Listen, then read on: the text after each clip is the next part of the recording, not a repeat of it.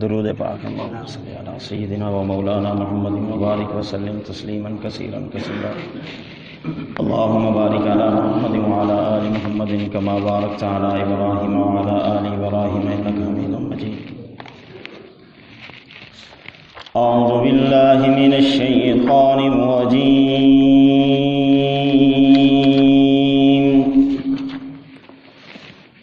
بسم اللہ الرحمن الرحیم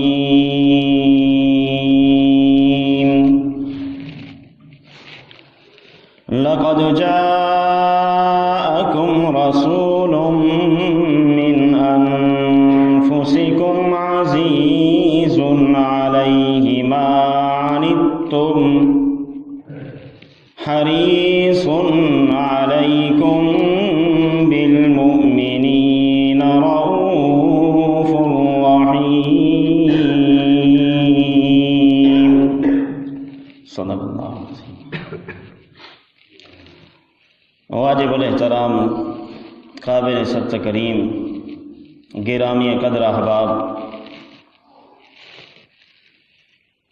سلسلہ وار سیرت النبی صلی اللہ علیہ وسلم کے حوالے سے آج تیسرا درس اور تیسری قسط ہے۔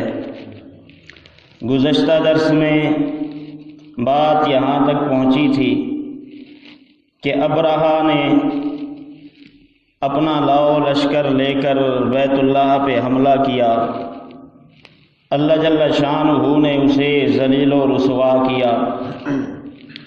اس کا اس قدر بڑا لشکر اللہ کے ابابیلوں کے مقابلے میں، چھوٹے چھوٹے پرندوں کے مقابلے میں بھوسا ثابت ہوا اور عبرتناک انجام کا شکار ہوا۔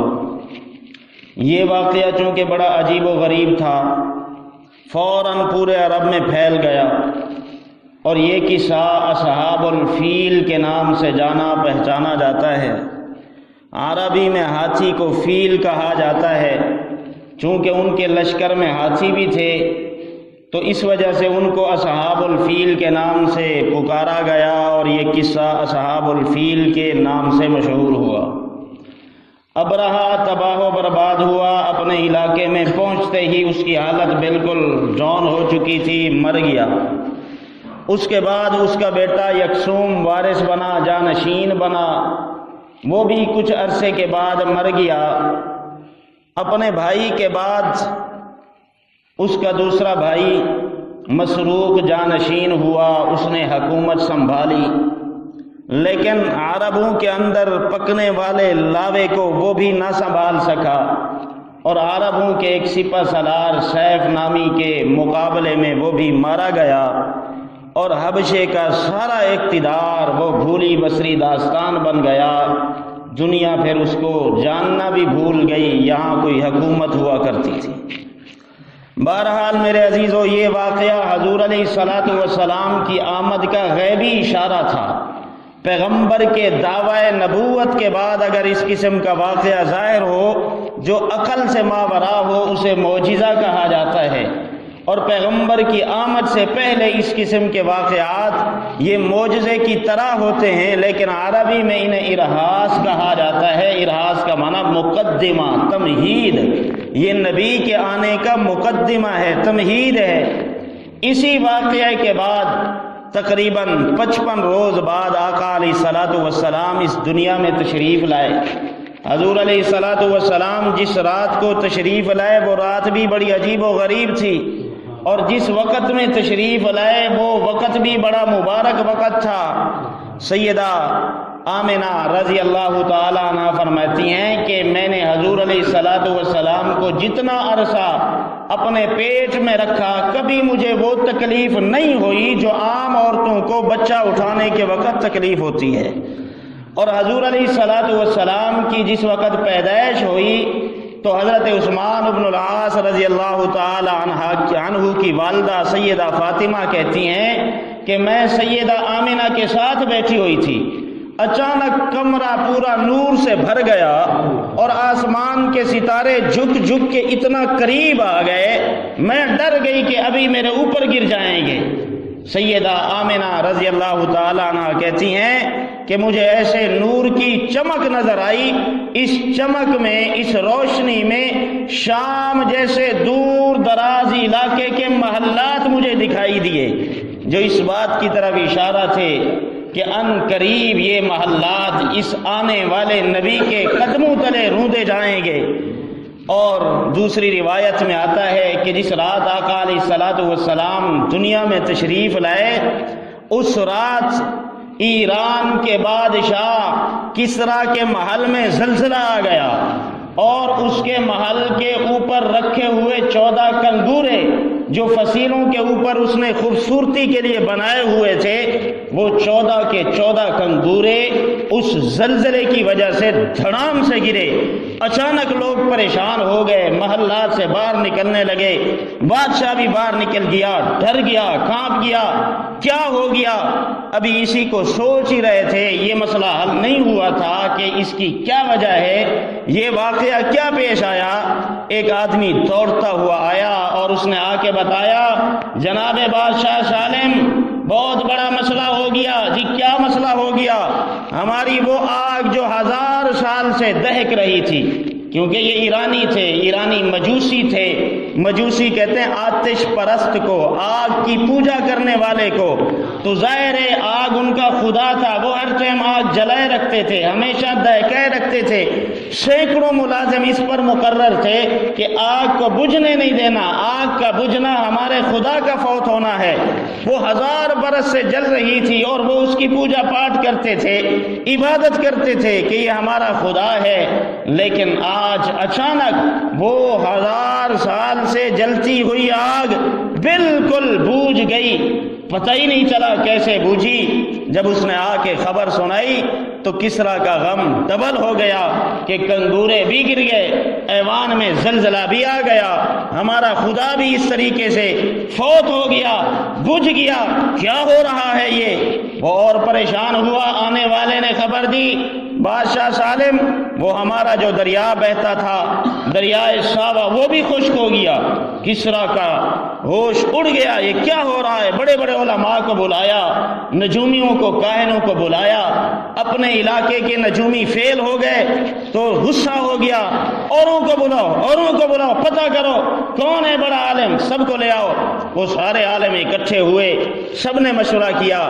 ایک جو سب سے بڑا سردار تھا، سب سے زیادہ علم رکھتا تھا، اس نے کہا بادشاہ سالم بس اب آخری وقت آ گیا، ہمارے اقتدار کا سورج غروب ہونے والا ہے، عرب کے اندر وہ شہزادہ پیدا ہو چکا کہ ہماری 14 بادشاہتوں کے بعد اس کے اصحاب اس محل کو روند رہے۔ 14 کنگوروں کا گرنا اس بات کی طرف اشارہ تھا کہ اب ایران میں 14 بادشاہ آئیں گے اور اس کے بعد ایرانیوں کی حکومت ختم، موحدین اور مومنین کی حکومت شروع ہو جائے گی۔ چنانچہ 10 بادشاہ تو صرف 4 سالوں میں ختم ہو گئے، اس کے بعد بقیہ 4 بادشاہ وہ حضرت عثمان غنی کے زمانے تک رہے، اس کے بعد سارا ایران یہ مسلمانوں کے اقتدار اور قبضے میں آ گیا۔ سیدہ عائشہ رضی اللہ تعالی عنہ فرماتی ہیں کہ آقا علیہ الصلوۃ والسلام جس رات پیدا ہوئے تو صبح ایک یہودی نے قریشیوں سے کہا، وہ مکے میں رہتا تھا تجارت کے لیے، اچھا یار یہ بتاؤ آج کوئی بچہ پیدا ہوا ہے تمہارے ہاں؟ انہوں نے کہا ہمیں تو نہیں پتا۔ کہا پتہ کرو مجھے بتاؤ، آج کی رات ایک بچے نے پیدا ہونا تھا، تم تحقیق کرو کہاں بچہ پیدا ہوا۔ لوگ دوڑے گئے، گھروں میں پتہ کیا تو پتہ چلا عبد المطلب کے ہاں پوتے کی آمد ہوئی، پوتا پیدا ہوا۔ یہودی کو بتایا گیا، وہ تورات کا ماہر تھا، تورات میں تو حضور کی صفتیں بھی ہیں، اس نے سنا عبد المطلب کے ہاں پوتے کی آمد ہوئی، دوڑا آیا اور آ کے دیکھا تو حضور علیہ الصلوۃ والسلام پہ مہر نبوت پہلے سے لگی ہوئی ہے۔ وہ جانتا تھا تورات میں حضور کی صفات پڑی ہوئی تھی، نشانیاں پڑی ہوئی تھی۔ جب اس نے مہر نبوت کو دیکھا چیخ مار کے بے ہوش ہو گیا۔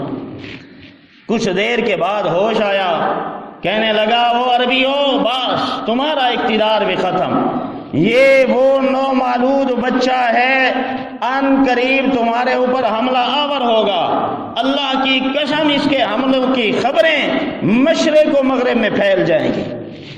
میرے عزیزو، آقا علیہ الصلوۃ والسلام کی آمد سے پہلے اور بھی کئی واقعات عجیب و غریب پیش آئے۔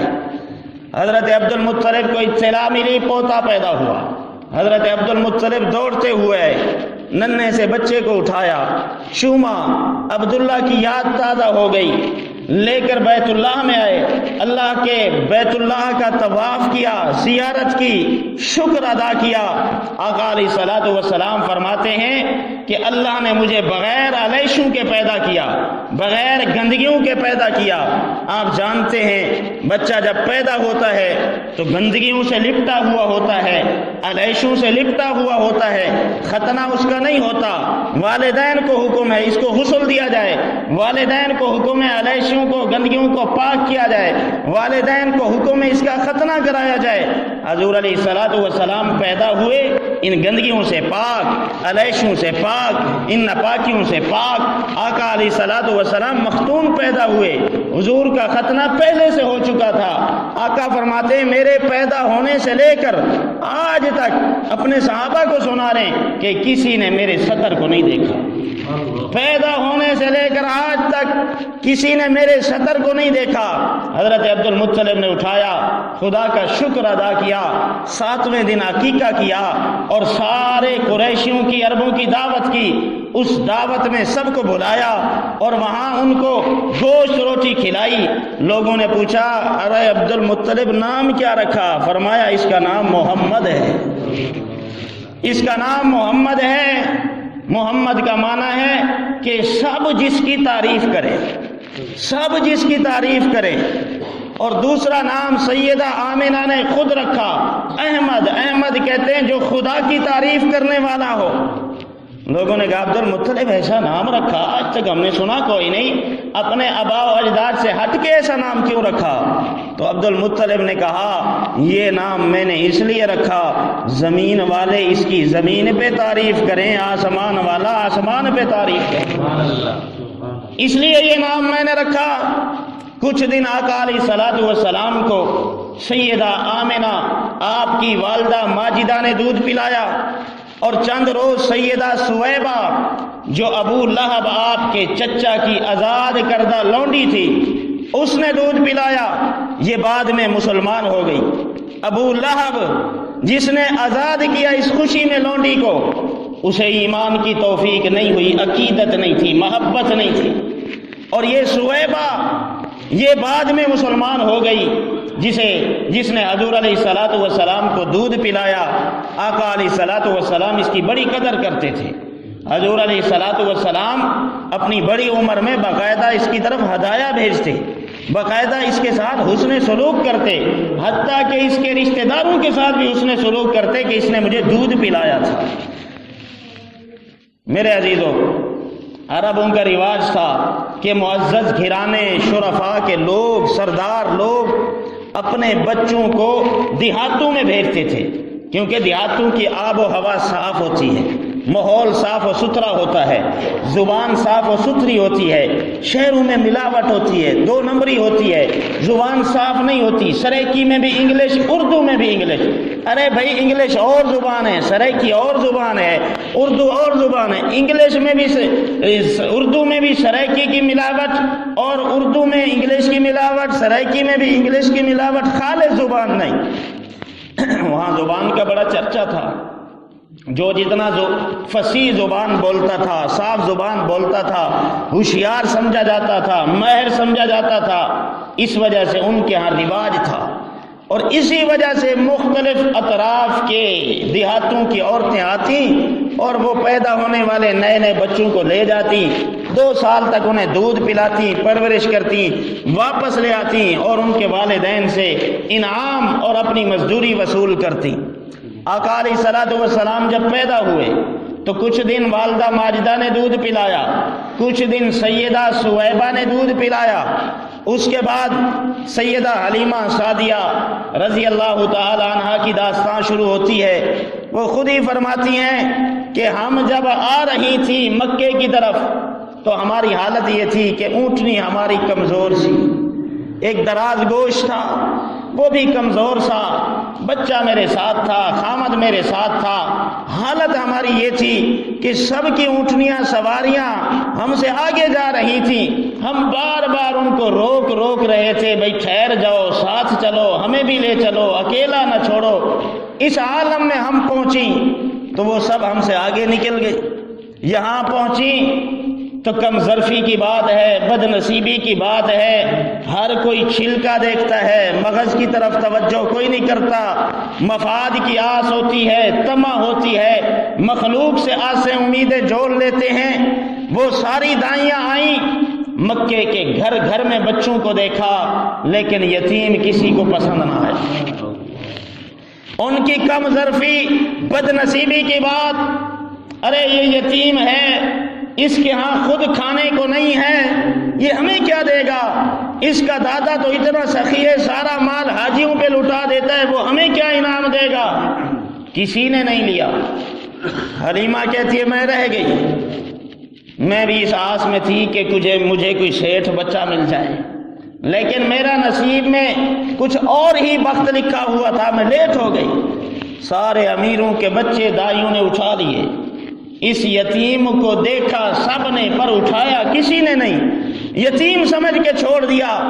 وہ یہ جاننے سے قاصر رہ گئی یہ یتیم نہیں، در یتیم ہے۔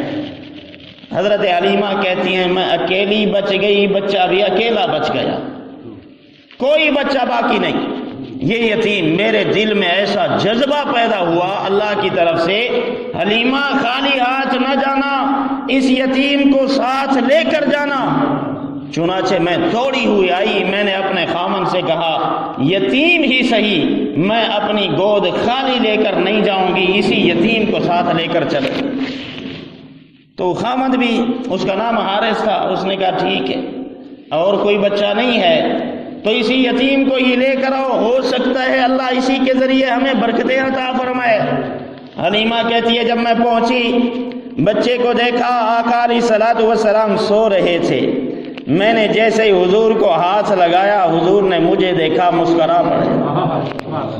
بس وہ مسکرانا تھا، وہ نور کی روشنی میرے سامنے ظاہر ہو گئی تو میں سمجھ گئی یہ بچہ کوئی عام بچہ نہیں۔ سیدہ آمنہ دیکھ رہی تھی، مجھے کہنے لگی حلیمہ اس کو یتیم سمجھ کے چھوڑنا مت، یتیم سمجھ کے اس کے خیال میں، تربیت میں کوتاہی نہ کرنا، اللہ کی قسم یہ میرا بچہ بڑی شان اور عظمت والا ہوگا۔ حلیمہ کہتی ہے میں نے گود میں لیا، بس گود میں لینا تھا، میری خشک چھاتیوں میں اتنا دودھ اتر آیا۔ پہلے عالم یہ تھا، حالت یہ تھی کہ نہ مجھے نیند آتی تھی، نہ میرے شوہر کو نیند آتی تھی، بچے بھوک کی وجہ سے اتنا تڑپتے، بلکتے، روتے، ان کے رونے کی وجہ سے ہماری نیند اڑ جاتی تھی۔ سواری کا یہ عالم تھا، اس کو کھلانے کے لیے گھاس کوئی نہیں، چارہ کوئی نہیں، اس کو دینے کے لیے کچھ نہیں، وہ بھی کمزور تر، میری چھاتیاں بھی خشک تر، بچہ بھوک کی وجہ سے سوکھا ہوا، ہماری اپنی حالت پتلی اور کمزور تھی، لیکن اس در یتیم کو ہم نے ہاتھوں میں کیا لیا، میری چھاتیوں میں اتنا دودھ اترا، اللہ کی قسم میرا سگا بیٹا وہ بھی سیراب ہو جاتا تھا اور یہ در یتیم بھی سیراب ہوتا تھا۔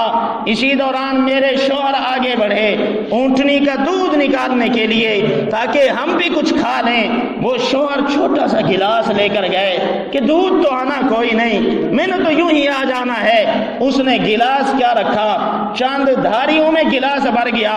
اس نے کہا حلیمہ برتن لے کر آؤ۔ میں نے کہا کیا برتن؟ کہا بڑا برتن لے کر آؤ، یہ تو گلاس بھر گیا، اونٹنی کے تھان تو ابھی تک بھرے ہوئے ہیں۔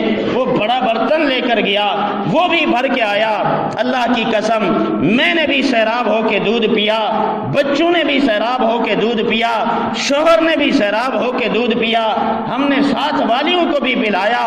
بڑے مزے سے وہ رات گزری۔ صبح جب ہوئی، قافلے والوں نے چلنے کی تیاری کی۔ اب مکے سے قبیلہ بنو سعد کی طرف سفر کا ارادہ کیا۔ سب چل پڑے تو لوگ کہنے لگے حلیمہ ہون تیرے واسطے بریک نہ لیسوں، بڑا بریکا لائن سے ہون تیری مرضی ہے۔ اپنی سواری کو تیز رکھی۔ حلیمہ کہتی ہے چلو تو صحیح، بس سواری پہ سوار ہونا تھا، قافلے کا چلنا تھا۔ حلیمہ کہتی ہے میری وہ سواری اللہ کی قسم جو چابک مارنے کے باوجود بھی نہیں دوڑتی تھی، بیچاری کمزور اتنا تھی کہ اس کے پیٹ میں کھانے کو ہی کچھ نہ جاتا تھا، تو وہ بھی جانور تھا، جاندار تھا، کتنا زیادہ دوڑتا۔ اب میری سواری کا یہ عالم تھا، جب ہم سواری پہ سوار ہوئے تمام قافلے والوں سے آگے نکل گئے۔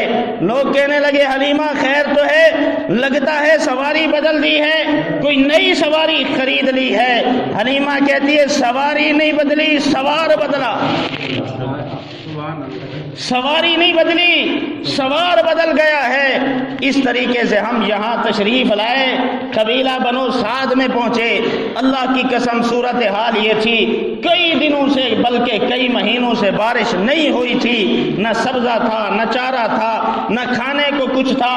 کھیتیاں خشک ہوئی پڑی، سبزہ خشک ہویا پڑا، چارہ خشک ہویا پڑا۔ اتنا زیادہ قحط سالی تھی، بحران تھا کھانے پینے کا۔ لیکن میری بکریاں جہاں پہ بھی جاتی واپسی پیٹ بھر کے آتی، اور ہم سب سیر ہو کر دودھ پیتے بلکہ دوسروں کو بھی پلاتے۔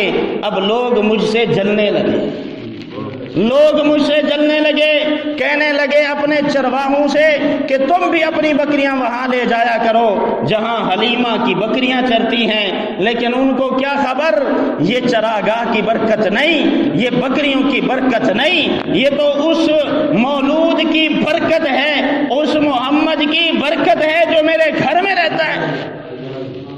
ان کی بکریاں میری بکریوں کے ساتھ چرتی، ان کے چرواہے میرے چرواہے کے ساتھ گھومتے، میری بکریاں تر و تازہ ہو کر آتی، سیراب ہو کر آتی، پیٹ بھر کے آتی، اچھا خاصا دودھ ان کے تھنوں میں ہوتا۔ ان کی بکریاں میری بکریوں کے ساتھ چرنے کے باوجود بھی واپس بھوکی جاتی، ان کے تھنوں میں دودھ نہ اترتا، وہ اپنے چرواہوں سے غصہ کرتے۔ چرواہے کہتے خدا دا نصیب، اساں کیا کریں، ہم کیا کر سکتے ہیں، یہ خدا کی دین ہے، ہم اس کا کیسے مقابلہ کر سکتے ہیں۔ سیدہ حلیمہ کہتی ہیں حضور علیہ الصلوۃ والسلام میں اس بچپن کے عالم میں بھی اتنا انصاف تھا کہ ایک بچہ میرا سگا وہ بھی دودھ پیتا تھا، اور یہ نومولود بچہ محمد یہ بھی دودھ پیتا تھا۔ ایک دن ایسا ہوا میں نے دوسری چھاتی سے لگایا، اس چھاتی سے پلانے کے بعد دوسری چھاتی سے لگایا جس سے میرا سگا بچہ پیتا تھا۔ حضور نے اس چھاتی کو منہ بھی نہ لگایا، میں نے دوبارہ دینا چاہا پھر بھی منہ نہ لگایا، اشارہ تھا یہ حصہ میرے بھائی عبداللہ کا ہے، میں محمد اس کا حصہ کیسے پی سکتا ہوں۔ اس قدر انصاف کا عالم۔ 2 سال یوں ہی برکتوں کے ساتھ گزر گئے۔ حلیمہ کہتی ہے کہ میں آمنہ کے پاس آئی، بچہ ان کے حوالے کرنے لگی، لیکن دل نہیں چاہتا تھا کہ یہ مجھ سے جدا ہو جائے۔ مکے میں اس ٹائم وبا پھیلی ہوئی تھی۔ میں نے کہا آمنہ وبا پھیلی ہوئی ہے، تو ادھر بچے کو رکھے گی، ہو سکتا ہے بیمار ہو جائے، یہ میرے ساتھ دے دے، کچھ عرصہ رہے گا تو میں دوبارہ اس کی خدمت کروں گی، پھر واپس لے آؤں گی۔ دل میں تو یہ تھا کہ کسی بہانے یہ بچہ مل جائے، برکتیں جو دیکھ چکی تھیں۔ سیدہ آمنہ نے حلیمہ کے اصرار پر، سیدہ حلیمہ کہتی ہیں بچہ مجھے حوالے کر دیا، میں لے کر حضور علیہ الصلوۃ والسلام کو یہاں دوبارہ بنو سعد میں پہنچی۔ بچہ میرے پاس رہا، ہم خدمت کرتے رہے۔ یہ بچہ 4 سال کا ہوا، اب اپنے بھائیوں کے ساتھ وہ بکریاں چرانے جاتے، یہ بھی ساتھ چلا جاتا، وہ جہاں جاتے یہ بھی ساتھ جاتا، گھر کے اندر گھل مل گیا، بھائیوں کے ساتھ بہنوں کے ساتھ گھل مل گیا۔ وہ بکریاں چرانے گئے، ایک دن یہ بھی ساتھ ہو رہا۔